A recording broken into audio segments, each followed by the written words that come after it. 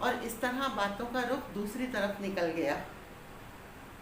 اللہ نے مجھے ایک بڑی شرمندگی سے بچا لیا، کیونکہ اللہ نہ کرے اس دوست کو یہ معلوم ہو جاتا کہ مسلمان بغیر معنی سمجھے قرآن پاک کو پڑھتے رہتے ہیں، اپنی سب سے معتبر کتاب کو مطلب سمجھے بغیر صرف گنگناتے رہتے ہیں، تو وہ یہ سمجھتی ہیں کہ کیا دنیا کے سارے مسلمان ایسی ہیں کہ جو بغیر مطلب سمجھے اپنے مذہب کو نہ سمجھتے ہوئے گمراہ ہیں۔ اس کے علاوہ اسلام ایک کھوکھلا مذہب ہے جس کے ماننے والے بغیر سمجھے عربی الفاظ کو دہرانا عبادت سمجھتے ہیں، اور سب سے بڑھ کر یہ مسئلہ کسی فسادی یا عیسائی تبلیغ کرنے والوں کو بتا دیا جاتا تو اسلام کے خلاف پروپیگنڈا کرنے کے لیے اس سے کافی مرچ مسالہ مل جاتا۔ اب اس واقعے سے یہ اندازہ لگانے کی کوشش کریں کہ ہم یہ بھی نہیں کہہ سکتے کہ ہم مسلمان قرآن کریم کی طرف سے بے پرواہ ہیں، کیونکہ یہ ہر گھر میں موجود ہے، گھر گھر میں قرآن ہے، لاکھوں کی تعداد میں حافظ قرآن ہیں، لیکن اس کے باوجود ایسی کون سی چیز ہے جو ہمیں اللہ کے احکام پر عمل کرنے سے روک رہی ہے؟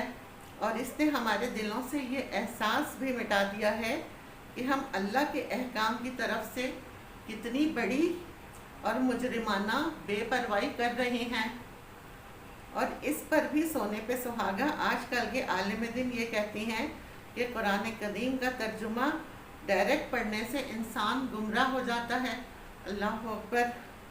کتنے افسوس کی بات ہے کہ عقل اس بات کو تسلیم کرتی ہے۔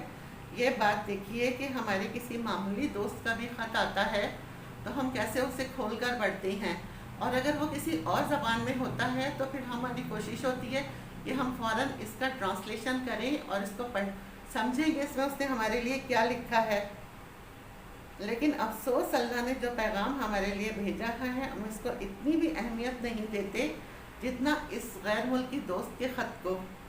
لوگ یہ کہتے ہیں کہ علماء قرآن کو ڈائریکٹ پڑھنے سے منع کرتے ہیں ورنہ وہ گمراہ ہو سکتے ہیں، مگر میری نظر سے تو ایسا کوئی فتویٰ آج تک نہیں گزرا۔ اگر کوئی شخص آپ کو اس سے منع بھی کرتا ہے تو قرآن کریم اس کا دفاع کچھ اس طرح کرتا ہے کہ سورہ النجم کے اندر اللہ تعالیٰ یوں فرماتے ہیں، اللہ تزر وازرۃ وزر اخری وان لیس للانسان الا ما سعی، کوئی بوجھ اٹھانے والا نہیں اٹھاتا کسی دوسرے کا بوجھ، اور یہ کہ انسان کو وہی ملے گا جس کے لیے اس نے کوشش کی۔ اس آیت مبارکہ سے واضح ہے کہ قیامت کے دن ہر شخص کو یہ جواب دینا ہوگا کہ اس نے اللہ کا پیغام پڑھ کر سمجھا کیوں نہیں۔ جب کوئی بہانہ قبول نہ ہوگا کہ فلاں شخص نے منع کیا تھا یا فلاں شخص نے یہ کہا تھا، وہاں کوئی تعویل کام نہیں آئے گی، وہاں شخص اپنے اعمال کا جواب دہ خود ہوگا۔ اور اس کی وجہ یہ ہے کہ اللہ تعالیٰ نے انسان کو عقل اور شعور دیا ہے، اس لیے اللہ تعالیٰ قرآن کی سورہ شمس میں فرماتا ہے کہ فَأَلْهَمَهَا فُجُورَهَا وَاتَّقْوَاهَا، ہم نے انسان کی فطرت کے اندر نیکی اور بدی کی پہچان الہامی طور پر کر دی ہے۔ اور اللہ تعالیٰ اس کے بعد سورہ قمر کی آیت میں فرماتا ہے کہ وَلَقَدْ يَسَّرْنَا الْقُرْآنَ لِلذِّكْرِ فَهَلْ مِن مُّدَّكِرٍ، ہم نے اس قرآن کو نصیحت کے لیے آسان ذریعہ بنا دیا ہے، پھر ہے کیا کوئی نصیحت قبول کرنے والا؟ پھر دیکھیں، اللہ نے ہمیں عقل بھی دی ہے اور قرآن کریم کو سمجھنے کے لیے آسان بھی کر دیا ہے، لیکن اس کے باوجود بھی کیا چیز ہے جو ہمیں ایسا کرنے سے روک رہی ہے، اور وہ ہے شیطان۔ قرآن میں اللہ پاک سورہ یاسین میں فرماتے ہیں، الم اعہد الیکم یا بنی آدم اللہ تعبدوا الشیطان انہ لکم عدو مبین، اے آدم کی اولاد، کیا میں نے تم سے وعدہ نہ لیا تھا کہ تم شیطان کی پیروی نہ کرنا، وہ تمہارا کھلا دشمن ہے؟ لیکن تم میں سے زیادہ تر اس گمراہی کے اندر پھنس گئے۔ کیا تم میں عقل نہ تھی؟ اس آیت مبارکہ پر ذرا غور کریں، اللہ تعالیٰ ہم سے عقل کی بنیاد پر جواب مانگ رہا ہے کہ اللہ نے یہ قرآن پاک کیا سمجھنے کے لیے نہیں بھیجا تھا؟ کیا اس اللہ کے پیغام سے مسلمان گمراہ بھی ہو سکتے ہیں؟ اس کا مطلب تو یہ ہوا کہ نعوذ باللہ اللہ تعالیٰ کو اپنا پیغام صحیح بنانا نہیں آیا۔ عرب کے لوگ تو جاہل اور ان پڑھ ہونے کے باوجود بھی قرآن کریم کے معنی سمجھ کر گمراہ تو نہیں ہوئے اور کافر تک اس پر ایمان لے آئے۔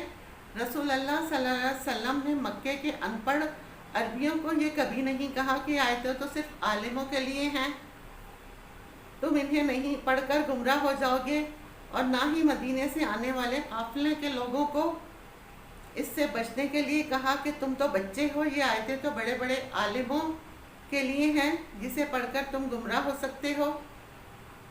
اس کے برعکس اللہ کے رسول صلی اللہ علیہ وسلم نے اس کی ہر آیت کو تمام لوگوں تک پہنچا دیا۔ تو کیا اس کے نتیجے میں گمراہی پھیلی یا اسلام کی روشنی دور دور تک پھیلی؟ اسلام ہی دنیا کا وہ واحد مذہب تھا جو اس طرح کا انقلاب پوری دنیا کے اندر لے کر آیا۔ کیونکہ اگر آپ ہسٹری کا علم رکھتے ہیں تو آپ کو پتہ ہوگا کہ ہندوؤں کے اندر تو یہ پابندی تھی کہ برہمن کے علاوہ، برہمن جو ہے وہ ہندوؤں کی سب سے اونچی جماعت یعنی اپر جو کلاس ہے اس کو کہتی ہیں، کہ برہمن کے علاوہ کوئی بھی عام ہندو ان کی مذہبی کتاب جو ہے وید اس کو ہاتھ نہیں لگا سکتا تھا۔ اگر کہیں پر وید پڑھی جا رہی ہوتی اور کوئی نیچ قوم کا ہندو اسے سن لیتا تو اس کے کانوں میں سیسا پگھلا کر ڈال دیا جاتا۔ اللہ اکبر۔ اس کے علاوہ عیسائیوں کے بھی بالکل ایسے ہی حالات تھے۔ کسی عام عیسائی کی انجیل تک پہنچ نہیں تھی، اور انجیل کو ایک خاص کمرے میں میز پر رکھ کر اس طرح سے تالا لگا دیا جاتا کہ کوئی اسے وہاں سے اٹھا نہ سکے۔ اس کی تصویریں آج بھی امریکہ کے ایک میگزین لک کے اندر چھپ چکی ہیں،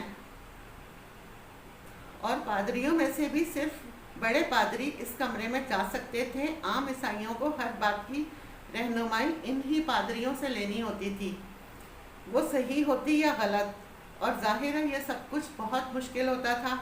یہاں پر میں آپ کو ایک امریکن کتاب کا مختصر حوالہ دینا چاہتی ہوں جس کا نام ہے ہماری دنیا۔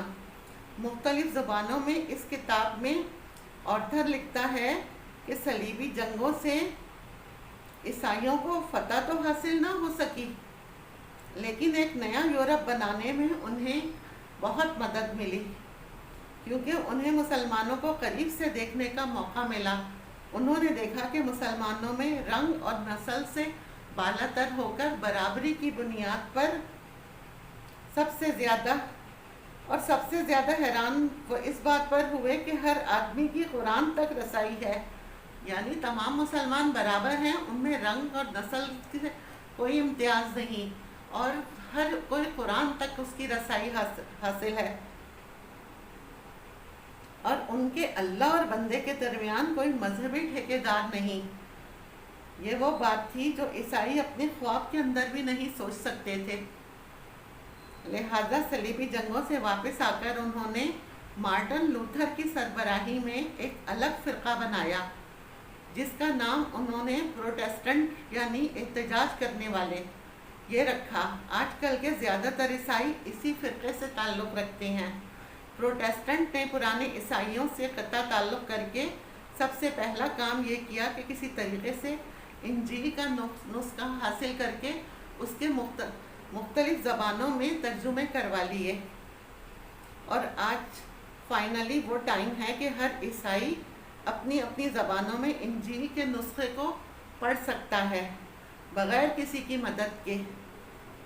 اور ہماری بدقسمتی دیکھیں کہ عیسائیوں نے ہمیں دیکھ کر جو طریقہ انہوں نے اپنایا، ہم نے اسے چھوڑ کر ہندو اور عیسائیوں کے اسی طریقے کو اپنا لیا۔ ابھی بھی وقت ہے ہم غور کریں، اللہ کے بھیجے ہوئے اس پیغام کو سمجھنے کی کوشش کریں، ورنہ قیامت کے دن کہیں انڈا ہو کر نہ اٹھایا جائے۔ اللہ تعالی ہمیں سمجھنے کی اور نیک عمل کرنے کی توفیق عطا فرمائے، آمین۔ وآخر دعوانا ان الحمد للہ رب العالمین۔